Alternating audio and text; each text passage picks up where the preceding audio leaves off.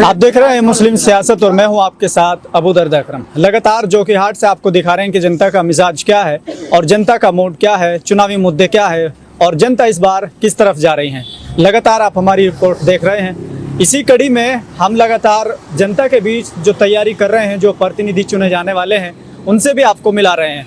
इस समय मेरे साथ एमआईएम के प्रत्याशी मुर्शिद आलम मौजूद हैं।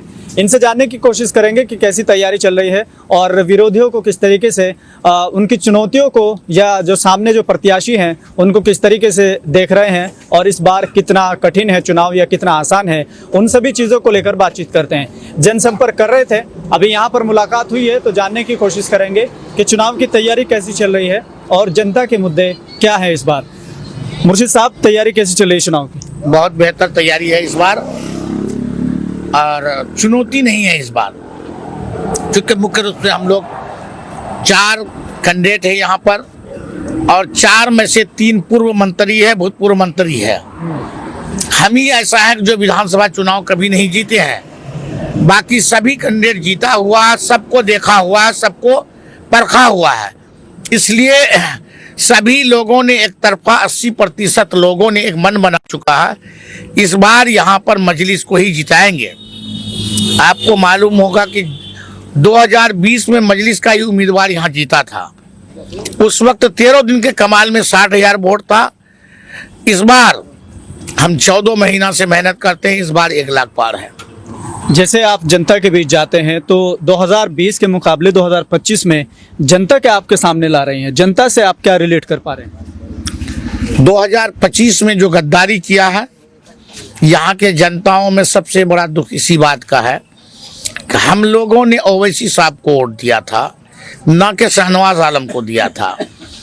और कहीं ना कहीं मजलिस के लिए बहुत हमदर्दी रखता है और यहाँ का जो जनता है बैरिस्टर असदुद्दीन ओवैसी साहब से बहुत मोहब्बत रखते हैं। इसके वजह से जो इसको सदमा पहुंचा है, इस गद्दारी का बदला ये लोग बहुत जम करके लेना चाहता है। आप देखिएगा जब 11 तारीख को वोटिंग होगा, रिजल्ट जब आपको 14 तारीख को आएगा तो अप्रत्याशित रिजल्ट होगा और ऐसा महसूस होता है कि यहाँ पर पूरे अवामुन्नास या मतदाताओं में जो है कि विरोध में कोई है ही नहीं, एक ही तरफा कि बैरिस्टर साहब का पतंग छाप पर हम लोग वोट देंगे। एक तरफ गठबंधन के ऐलान है, एक तरफ दूसरे एनडीए का ऐलान है कि हम बिहार के लिए ये करेंगे या जनता के लिए ये करेंगे, लेकिन एमआईएम के पास क्या अपना मैनिफेस्टो है जिनको लेकर आप जनता के बीच जा रहे हैं? क्या आप जनता से कह रहे हैं? देखिए, सबसे पहली बात है कि मजलिस जो यहाँ 32 सीटों पर लगभग चुनाव लड़ रही है। रही बात कि हम सभी कामों का यहाँ पर चुनावी वादे करते हैं कि रोड घाट, सड़क, पुल, पुलिया, स्वास्थ्य, एजुकेशन, ब्लॉक, सभी चीज़ का। आप यहाँ जानिए कि एक ही परिवार का राज रहा है यहाँ 56 साल। 56 साल में एक भी सरकारी कॉलेज जोकीहाट में नहीं है, डिग्री कॉलेज नहीं है, बीएड कॉलेज नहीं है, ट्रेनिंग कॉलेज नहीं है, इंजीनियरिंग कॉलेज नहीं है, मेडिकल कॉलेज नहीं है। ये सभी समस्याएं हैं यहाँ पर। और हॉस्पिटल का जो हालत है, स्वास्थ्य विभाग का जो बहुत चरमराया हुआ, प्रखंड का हालत बेहतर नहीं है, रोड की हालत बेहतर नहीं है। सभी चीज़ हम लोगों के लिए चुनौती है। इन्हीं चीज़ों का हम लोग एक तरह से वादा करते हैं, इंशाअल्लाह मेरी जीत होगी तो ये सभी व्यवस्थाएं चुस्त और दुरुस्त हो जाएगा।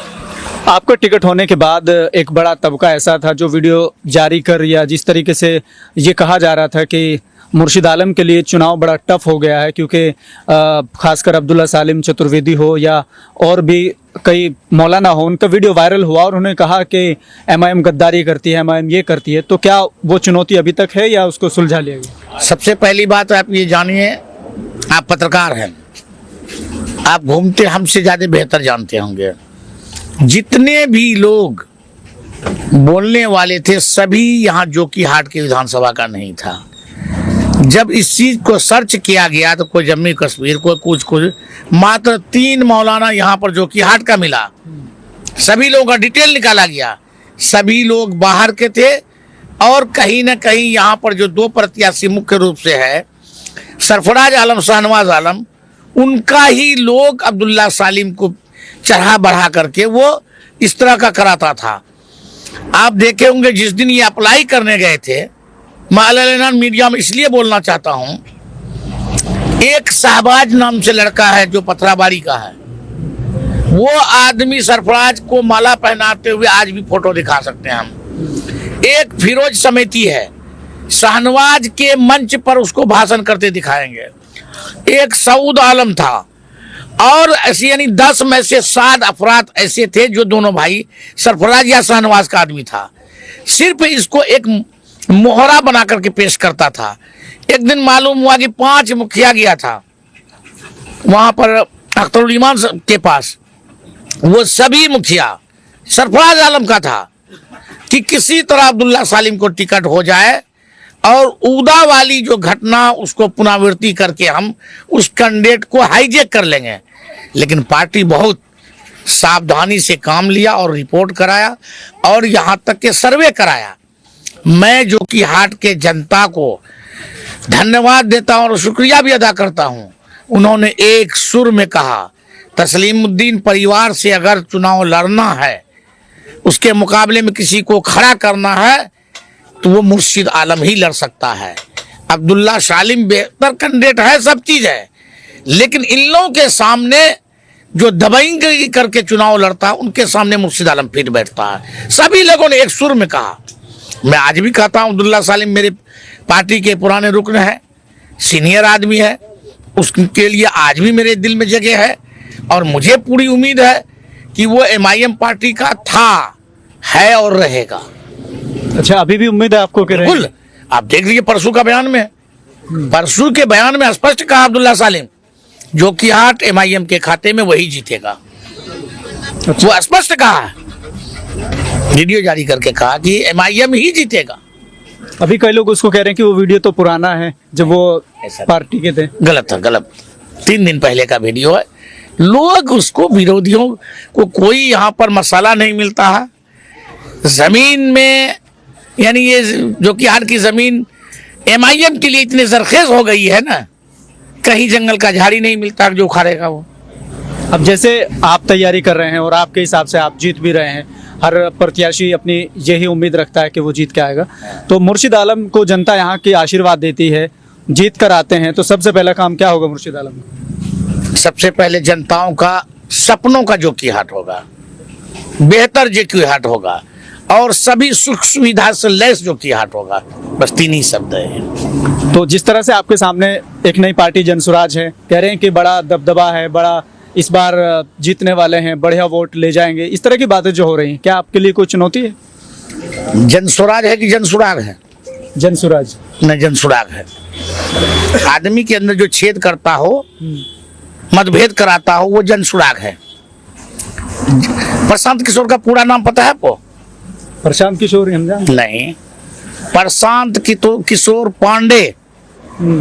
आप जानते हैं कि मूल रूप से पांडे जो ब्राह्मण था वही यहाँ पर RSS चलाता था। इसका पिताजी RSS का फाउंडर मेंबर है, प्रशांत किशोर का।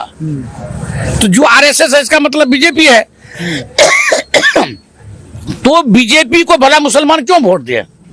जो मुसलमान के खिलाफ हर दिन नई नई साजिश रच के उसको मुसलमानों को परेशान करना चाहती है, तो उस पार्टी को क्यों वोट देगा बीजेपी को? आप ये नहीं देखे एक वीडियो प्रशांत किशोर का कि सत्ता में आने के लिए मुसलमान वोटों की कोई जरूरत नहीं है, कहता ना? आप भी पत्रकार हैं। जब आप चुनाव से पहले कहते हैं कि सत्ता में आने के लिए मुसलमान वोटों की जरूरत नहीं है, तो आप आपके कैंडिडेट को मुसलमान वोट क्यों देगा? जब सत्ता में आने के लिए वोट की जरूरत नहीं है। वो क्या कहता? सामाजिक सुधार के लिए। तो मेरे यहाँ सामाजिक सुधार के लिए कितनी तंजीम है ना सर? भाई आज जमीयतुल उलमा हिंद है, तो हमारे शरीयत की रोशनी में सभी बातें देखते हैं ना। अगर कोई बिगाड़ हो जाए उसके बहुत तंजीम है। हमारे जोकीहाट में तहफ़्फ़ुज़ शरीयत है। आखिर वो तंजीम तो इसी पर काम कर रही है, वो काम कर रही है बिल्कुल समाज सुधार के लिए। तो आपको सत्ता में आने के लिए मुसलमान वोटों की जरूरत नहीं है, इसलिए इस बार मुसलमान देखिएगा वोट उसको नहीं करेगा। अंतिम में चौथा पोजीशन सरफराज आलम। अब जैसे ये कह रहे हैं जनसुराज के सूत्रधार प्रशांत किशोर के हम हिस्सेदारी उसको देंगे उनकी आबादी के हिसाब से, तो कहीं ना कहीं मुस्लिम प्रत्याशी भी ज्यादा उतारे हैं उन्होंने, तो इसको आप कैसे देखते हैं? क्या आप ये समझते हैं कि बीजेपी के लिए प्रत्याशी ज्यादा मुस्लिम चुने हैं, या फिर ये मानते हैं कि उन्होंने जो कहा था कि आबादी के हिसाब से हम हिस्सेदारी देंगे उसके आधार पर टिकट दिए? क्या मानते हैं आप? कितने टिकट बांटा वो? अगर आबादी के हिसाब से टिकट बांटता इसका मतलब 43 दिया होगा, 43 मिलना चाहिए, शायद वो नहीं दिया है। अगर उसको आबादी के तनासुब में टिकट बांटना था तो 60 में मुसलमान कैंडिडेट क्यों दिया? वहाँ हिंदू देता, जोकीहाट में मुस्लिम देता, अररिया में मुस्लिम देता, और दीगर जितने जगह है, फौरगंज हो गया, नरपत हो गया, रानीगंज हो गया, वहाँ हिंदू समाज के देता, क्योंकि 2 ही मुस्लिम डोमिनेटेड क्षेत्र है यहाँ। आप सिक्किम भी मुसलमान को देते हैं, कहीं ना कहीं आप बीजेपी के लिए काम करते हैं। आज से पहले 2014 में प्रधानमंत्री के लिए आपने स्ट्रेटजी बना करके नरेंद्र मोदी को प्रधानमंत्री बनाया। इसके बाद भी कई जगह आप गुजरात से लेकर कहीं भी बीजेपी के लिए काम किया, तो आप लोग अभी सेकुलर कैसे देखेगा? जो आरएसएस फाउंडर मेंबर का पुत्र हो और काम किया नरेंद्र मोदी के लिए, बीजेपी के लिए हर जगह, आज साफ सुथरी छवि कैसे हो जाएगी? ये बिल्कुल कहीं ना कहीं एक आंखों में धूल झोंकने वाली बात है, और वो ठगने के लिए आया। अभी एक बयान हो रहा था उनका, ओवैसी साहब के आने से पहले बड़ी चर्चा में रहा। ओवैसी को कहा कि वो हैदराबाद ही संभाले, यहाँ आने की ज़रूरत नहीं है, क्योंकि हैदराबाद में कहाँ वो इतना हक दिला दिए, कहाँ मुस्लिम डिप्टी सीएम बना दिए और मुख्यमंत्री बना दिए, इस तरह की बात कही। आप क्या समझते हैं? आप ये जानिए, तेलंगाना में मुसलमानों की संख्या कितना परसेंट है? 13%। 13% है, उसके बावजूद भी बेहतर स्थिति है इसकी। मुसलमान वहाँ का जो आर्थिक स्थिति है उसका बहुत बेहतर है। आज बिहार में हम 18 से भी प्लस हैं। मेरी स्थिति क्या है? दरी बिछाने की, कुर्सी बिछाने का। आरजेडी वाला अगर हक की बात करता है 18% के हिसाब से 243 में से हमको 42% यानी 42-43 सीट पर लड़ना चाहिए मुसलमानों को। आज 14 सीट पर लड़ रहा है। तो कोई भी आदमी मेरे हक की बात नहीं करता है, इसलिए बैरिस्टर असदुद्दीन ओवैसी साहब पूरे मुसलमानों की हक की भी बात करता, और जब उसको कोई जालिम सताता है तो मजलूम के खिलाफ आवाज़ भी उठाता है। और इतिहास है कि बैरिस्टर असदुद्दीन ओवैसी साहब हिंदुस्तान के हर नागरिक, हर शहरी का लीडर है वो। आप पुलवामा घटना देख लीजिए, 26 आदमी मारे गए, वो हमारे हिंदू समाज के थे। कहीं न कहीं बैरिस्टर साहब ये महसूस किए कि वो हिंदुस्तान के नागरिक था, उनके सम्मान में, या उसके जिसने मेरे साथ ये हिमाकत की उसको बदला लेने के लिए बीजेपी सरकार को पूरी सहमति दे दिया, और हिंदुस्तान का एक शांति का संदेश लेकर के 32 देशों में गए, वो पहुंचे। कहीं ना कहीं इसकी लीडरशिप को भी या इनकी काबिलियत को कबूल तो किया हिंदू समाज के लोग, कहीं ना कहीं। अब देख लिया गुजरात में जब एक अनुसूचित जाति जनजाति को जब ये पेशाब पिलाया गया, कौन बोला? यही आदमी बोला ना। मध्य प्रदेश में एक हरिजन को मान करके पीटा गया, कौन बोला? बैरिस्टर साहब। उसी तरह हम लोगों मुसलमानों पर ज़्यादा अत्याचार होता है तो उसको बोलना पड़ता है, लेकिन जो कट्टरपंथ समझता था वो आज नहीं है। सभी लोग हिंदुस्तान लेवल का एक बेहतर लीडर को मान लिया, और हम सभी मुसलमान उसके लीडरशिप को कबूल कर लिए। अभी सीएम और डिप्टी सीएम को लेकर बात थमी नहीं थी कि ओवैसी साहब ने एक नया जुमला और चला दिया, ट्रेंड में आ गया कि अब डिप्टी सीएम पे नहीं, अब तो सीएम पे बात होगी, सीएम बनेगा। तो क्या मान लिया जाए, सीएम का बेटा सीएम बनने जा रहा है? नहीं, सबसे पहली बात वाजिब बात वो कहा, इसलिए कुछ लोगों को चुभता है।